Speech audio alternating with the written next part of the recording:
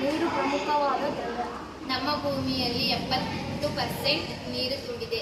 ನಮ್ಮ ಭೂಮಿಯಲ್ಲಿ ಅಂತರ್ಜಲ ಮಟ್ಟ ಕಡಿಮೆ ಆಗುತ್ತಿದೆ. ನೀರಿಗೆ ರುಚಿ ಇಲ್ಲ, ವಾಸನೆ ಇಲ್ಲ, ಬಣ್ಣವಿಲ್ಲ.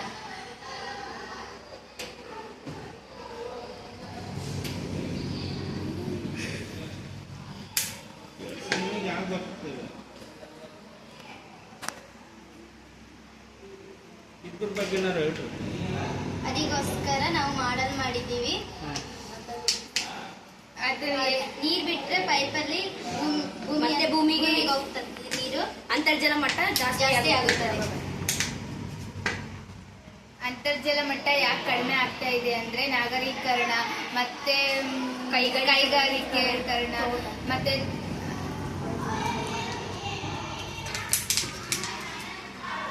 ಮಣ್ಣಿನ ಸವಕಳಿ,